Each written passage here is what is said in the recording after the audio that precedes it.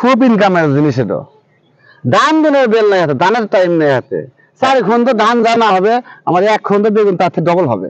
আচ্ছা, আপনি 200 মন ধানও আমার এই বেগুন চাল হাতে পারবো না। অনেক সুপ্রিয় দর্শক মন্ডলী, দাঁড়িয়ে রয়েছি সিরাজগঞ্জের কামারখন্দ উপজেলার ঝাউল গ্রামের ঝাউল মৌজায় একজন কৃষকের বেগুন টালে।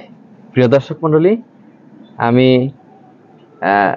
তার এই বেগুন চাষের সাফল্য গাথা গল্পগুলো শুনবো, আপনাদেরকেও শোনাবো, সাথে থাকবেন। ভাইজান কেমন আছেন সব মিলিয়ে? আল্লাহ খুব ভালো আছে ভাই। বেগুন টাল আপনি করেছেন? আমি করেছি। আমি ঝাউল গ্রামের আমার এক বন্ধু রায়হান কবিরকে বলেছিলাম এই জমিটা লিজ নিয়ে চলুন আমরা বেগুন টাল দিই। আচ্ছা, আমিও তো আপনাকে কখনো বলিনি। সে রায়হান ভাই কি আপনাকে কখনো পরামর্শ দিয়েছে এখানে বেগুন টাল করার জন্য?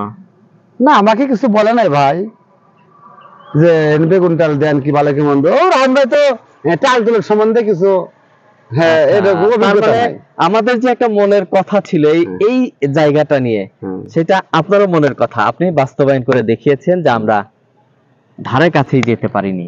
আচ্ছা, যা হোক, এই যে বেগুন টাল দিয়েছেন পরিপূর্ণ টালে পরিণত হয়েছে, আপনার বক্তব্য কি এ ব্যাপারে?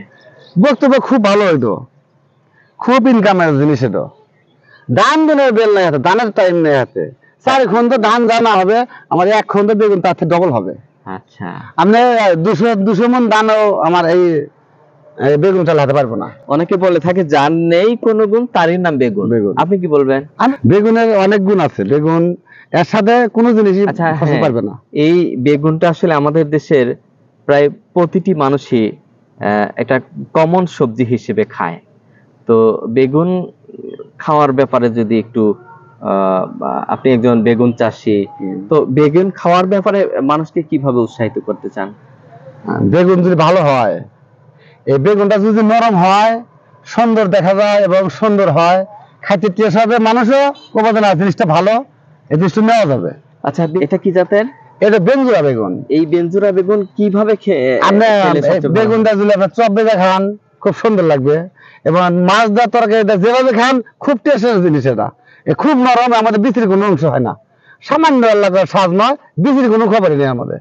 আচ্ছা, দেশি বেগুনের চাষ করা সম্ভব কি এসব জায়গায়? দেশি বেগুনটা তো আপনার ইনকাম নাই। আচ্ছা আচ্ছা, দেশি বেগুনের গাছে একটা ধরবো 2-3, ওই ওখানে একখানটা আল আছে, একজনের 12 ডিসিমাল খেয়াল 500 বেগুন ওঠে না। আচ্ছা, আর আমার এই ক্ষেত্রে বেগুন প্রত্যেক গাছে ধরে হয়েছে 10-500। ভবিষ্যৎ কি দেখছেন এখান থেকে?